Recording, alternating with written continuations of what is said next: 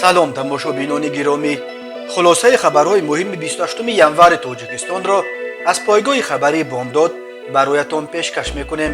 шурӯъ мекунем аз як нигоҳи кӯтоҳ ба сархати хабари муҳими рӯз дар ин барнома. тошиев: тоҷикҳо аз муноқишаи дирӯза сабақ гирифтанд. эълони оташбас дар марз бо қирғизистон баъди 2 кушта ва беш аз 20 захмӣ. видеои мошини ёрии таъҷилие ки ронандааш кушта шуд. назарбоев дигар роҳбари нуратан ва духтараш ҳам узви шӯрои ин ҳизби ҳоким нест. боздошти афсари милитсияи нояи фирдавсӣ ҳангоми гирифтани пора. дуздии 750 метр ноқилҳои тоҷик телеком дар рӯшон. ва акнун тафсилоти хабарҳо. қамчибек тошиев, раиси кумитаи давлатии амнияти миллии қирғизистон ва раҳбари ҳайати он кишвар дар музокироти масоили марзӣ бо тоҷикистон рӯзи 28 январ ба хабарнигорони қирғиз хабар дод ки музокироти ду кишвар дар воҳиди сарҳадии достук дар марзи Бодканду Исфара ба анҷом расид. ҷониби тоҷикистон то кунун натиҷаҳои ин музокиротро шарҳ надодааст, вале тошиев гуфт ки дар ҷараёни суҳбатҳо як қатор тафовуқот ҳосил шуд. якум, мо қарор кардем ки барои таҳқиқи ҳодисаи рӯйдода як комиссия ташкил шавад. дуюм, комиссия бояд сабабҳоеро ки боиси ҳодисаҳои дирӯза шудан низ таҳқиқ кунад. сеюм, ба вазорати ҳолатҳои фавқулода дастур дода шуд то барои ба хонаҳояшон баргардондани сокинони ба сабаби вазъ аз марз кӯчонда шуда кӯмак расонанд. ҳамаи онҳо бояд то шоми имрӯз 28 январ ба хонаҳои худ баргардонида шаванд. чорум, ба мақомоти қудратӣ дастур шудааст ки барои таъмини тартибот ва амният дар маҳаллаҳо кор баранд. панҷум ва аз ҳама асос, тамоми ниҳодҳои қудратӣ бояд аз марз берун кашида шуда ба қисмҳои низомӣ баргарданд. дар марз фақат кормандони милитсия ва марзбонҳо боқӣ мемонанд. дар посух ба суоли хабарнигори нашрияи қирғизии Турмуш дар мавриди ин ки гӯё ҷониби тоҷикистон тавофуқҳои қаблиро риоя накарда тирпарониро сар кард ва оё то куҷо ин дафъа тавофуқоти ба даст омадаро риоя хоҳад кард, тошиев бо як лаъне ки худро ғолиби муноқишаи охир тасвир мекард гуфт: мо умедворем ки баъди муноқишаи дирӯза онҳо тафовуқоти имрӯза ба даст омадаро риоя ва иҷро хоҳанд кард.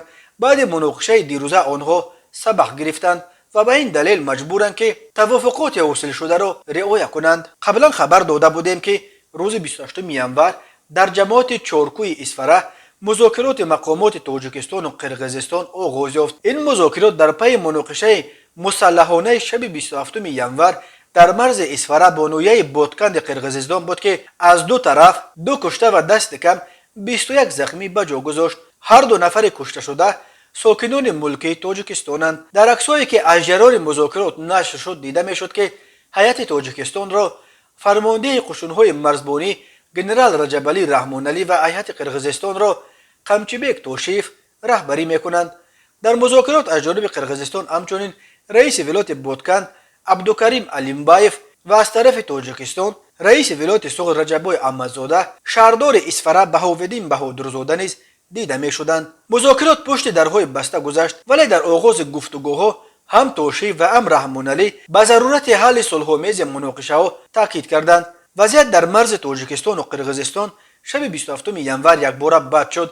тахминан соати 18:40 дар чораҳаи Зарафшон ва маҳаллаи сомонёни ҷамоати Чоркӯ байни марзбонони тоҷику қирғиз муноқишаи мусаллаҳонае сар зад ки ҳудуди 6 соат давом кард. дар ин муноқиша аз ҷониби Тоҷикистон 2 нафари мулкӣ кушта ва 10 нафари дигар аз ҷумла 6 низомӣ ва 4 нафари мулкӣ захмӣ гардиданд. ҷониби Қирғизистон гуфт дар муноқишаи ахир аз ҷониби аҳолӣ ва ҳарбиёни қирғиз касе кушта нашуда, вале 11 ҳарбии қирғиз тир хӯрданд. дар натиҷаи музокироти шаби гузашта тарафҳо дар мавриди оташбас, берун кашидани нирӯҳои иловагӣ ва кушодани роҳҳо ба тавофуқ расиданд. ҳар ду тараф мегӯянд дар ҳоли ҳозир вазъ дар марзи Тоҷикистон бо Қирғизистон мӯътадил буда таҳти назорат қарор дорад. ба идораи пойгоҳи хабарии бомдод аз Исфара видеои мошини ёрии таъҷилиеро ки шаби 27 январ дар ҷараёни муноқишаи мусаллаҳона дар марзи Тоҷикистону Қирғизистон ҳадафи ҳамла қарор гирифт фиристоданд. дар видео дида мешавад ки бар асари зарбаи гулӯла шишаҳои мошин шикаста рехтанд ва дохили мошинам ба ҳам зада шуда курсии ронанда хароб гардидааст. و در آن ایزی خوندیده می شود مرکز مطبوعات سرایوست قشونهای سرحدی کمیته دولتی امنیت ملی تاجیکستان خبر داد که شریپوف عبداللطیف رفیعیویچ سال تولدش 1964 راننده شعبه یوری اولیه طبی بیمارخانه شهر اسفره هنگام نجات شهروندان ملکی در دهه خوجه اعلی ضمن ضربه گلوله مینومیت جانب قرقیزستان به هلاکت رسید. تفصیلات دیگر این حادثه دسترس نیست. به اطلاع مرزبانان تاجیک در جریان درگیری‌های مسلحانه شب 27 ینور در مرز تاجیکستان با قرقیزستان از جانب تاجیکستان 2 نفر ملکی کشته و 10 نفر زخمی گردیدند که از این زخمیان 6 نفر نظامی و 4 نفر ساکنان ملکی میباشند. نفر دوم کشته شده از طرف تاجیکستان تویچیف اوبیجان سال تولدش 1986 ساکن دهه خوجه اعلی است که گفته می شود در روح اولیه خودش بر اثر رسیدن تیر مینومیت نظامیان قرقیز به هلاکت رسید. قبلا یک مقام ساحه تندرستی اسفره از انتقال 17 زخمی تنها به بیمارستان مرکزی این شهر خبر داده بود. گفته می شود 2 کارمند شهرداری اسفره حقوقشناس نیکروز حاجی و مدیر شعبه تشکیلی شفیعیان اسکندر نیز جراحت برداشتند. بنا به خبرها شفیعیان از پای راستش تیر خورده است. کمچبیک توشیف رئیس کمیته دولتی امنیت ملی قرقیزستان گفت در مناقشه اخیر در مرز بودکند و اسفره از جانب اهالی و حربیان قرقیز کسی کشته نشده است. او گفت از طرف قرقیزستان 11 نفر از حربیان تیر خوردند. در نتیجه مذاکرات شب گذشته طرفها در مورد آتش بس، بیرون کشیدن نیروهای ایلوگی و کشودن راهها به توافق رسیدند. هر دو طرف میگویند در حال حاضر وضع در مرز تاجیکستان با قرقیزستان معتدل بوده تحت نظارت قرار دارد. رئیس جمهور سابق قزاقستان نورسولتان نظربایف و نزدیکان او همچنان پی هم منصب‌های داشته‌شان را از دست داده ایستادند. روز 28 ینور انجمن حزب حاکم نوراتن رئیس جمهور کنونی قاسم جمر توقایف را رئیس نو حزب انتخاب کرد. با وجود ترک مقام پرزیدنت در سال 2019 نظربایف چند مقام مهم از جمله ریاست شورای امنیت، حزب حاکم نوراتن و اسامبله خلقای قزاقستان را در دست خود حفظ کرده بود. بعد اعتراضات خونین اول ماه ینور که بیش از 200 کشته به جا گذاشت، نظربایف به تدریج از منصب‌های خود محروم گردیده اول رهبر شورای امنیت سپس اسامبله و اینک حزب حاکم را هم به توقیف سپرد. در هیئت نو شورای سیاسی حزب نوراتن که به گفته خدمات مطبوعات حزب 55% نو شده، همه 389 وکیل انجمن برای آنها آواز دادند. نام دختر کلونی نظربایف دورغه، سروزیر سابق اسکر مامن و بوریجان بویبک نیست. مامن و بویبک از یاران نزدیک نظربایف به شمار می روند و بویبک تا 28 ینور حتی معاون یکم رئیس حزب حاکم نوراتن بود. تغییرات در رهبری حزب حاکم نوراتن در حالی است که به باوری ناظران امور در قزاقستان بین طرفداران پرزیدنت های قبلی و کنونی نظربایف و توقایف مبارزه شدید برای تقسیم قدرت جریان دارد. این مبارزه ها بخصوص بعد اعتراضات خونین اول ماه ینور در قزاقستان که بیش از 200 کشته به جا گذاشت شدت گرفتند و آشکارتر شدند. روز 18 ینور نظربایف در یگانه پیام ویدیویش بعد حوادث اخیر کوشش کرد که خود را آرام و خونسرد نشان دهد و اصرار می‌ورزید که بین او و توقایف اختلاف وجود ندارد، ولی طوری به نظر می‌رسد تلاطم تحولات دیگر به گونه نیست که رهبر سابق قزاقستان می‌خواهد تصویر یا تصور کند.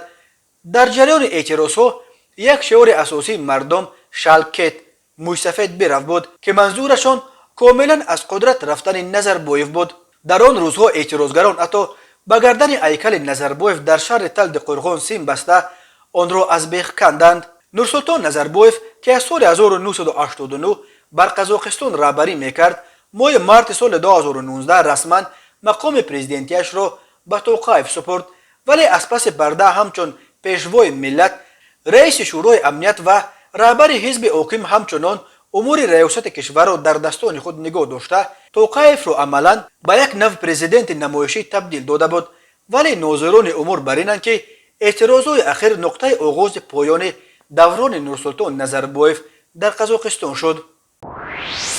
تماشابینان عزیز، یادآور می‌شویم خلاصه مهمترین اخبار تاجیکستان را از پایگاه خبری بامداد تماشا دارید.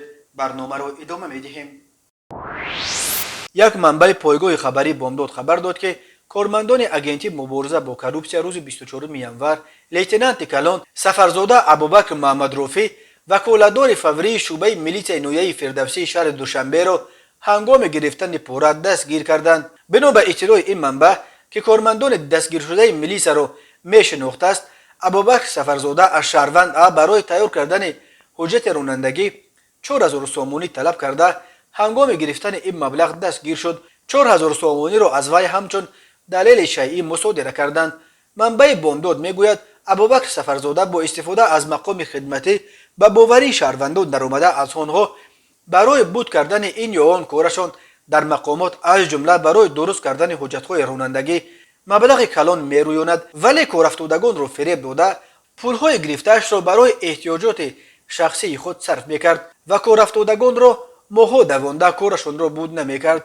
این نفر به جای آنکه همچون کارمند مقامات حفظ حقوق در خدمت مردم باشد، راه فریب و نیرنگ را پیش گرفته است. جای چنینها در صف میلیس نیست. روز بازداشت ابوبکر سفرزاده چند رهبر بلندپایه مقامات نویه فردوسی خواستند که در بین در آمده وی را خلاص کنند. خوشبختانه ناکام شدند و او را آزاد کردن نتوانستند. گفت امصوبت بامداد نسبت به ابوبکر سفرزاده بر اساس قسم دوم ماده 247 کودکس جنایتی تاجیکستان با اتهام قلابی پرونده جنایتی گشودند. آنهایی که از اعمال این کارمند میلیشیا ضرر دیدند می توانند با دفتر مرکز اگنتی مبارزه با کروپسیای تاجیکستان مراجعت کنند. مرکز مطبوعات وزارت کارهای داخلی تاجیکستان روز 28 ینور از آشکار شدن دو حادثه دزدی در وحدت و روشان خبر داد و شعبه وزارت کارهای داخلی در نویه روشان با عریضه مرد 52 ساله ساکن نویه ذکر گردیده مراجعت نموده است که شب 14 به 15 ینور سال 2020 شخصان نامعلوم با راه پنهانی از حدود قطعه تکنیکی تاجیک تلکوم 750 متر ناقل‌ها را دزدیده از جای حادثه غیب زدند. ضرر رسانیده شده 67500 سومونی را تشکیل می‌دهد. در نتیجه گذراندن چاره‌بینی‌های اپراتیوی جستجویی از جانب کارمندان میلیشیا، مرد 31 ساله ساکن امین نویه همچون گمانبر در صادر نمودن جنایت دزدی دستگیر کرده شد. همچنین به شعبه وزارت کارهای داخلی شهر وحدت با عریضه مرد 49 ساله ساکن شهر مذکور مراجعت نموده است که شب 26 به 27 ینور سال 2022 تخمینا ساعت 24:00 دقیقه شخصان نامعلوم با راه پنهانی از داخل عاقلخانه حولی استقامتیش یک سر چاروای کلان شاخدار را دزدیده از جای حادثه غیب زدند. ضرر رسانیده شده 10,000 سومونی را تشکیل می‌دهد. هنگام گذرانیدن چاره‌بینی‌های اپراتیوی جستجویی از جانب کارمندان میلیشیا جوان 24 ساله ساکن همین شهر که پیش با ماده 244 کودکس جنایتی جمهوری تاجیکستان سود شده است، همچون گمانبر در صادر نمودن جنایت دزدی دستگیر کرده شد. آید به این حالت‌ها تفتیشات ادامه دارد.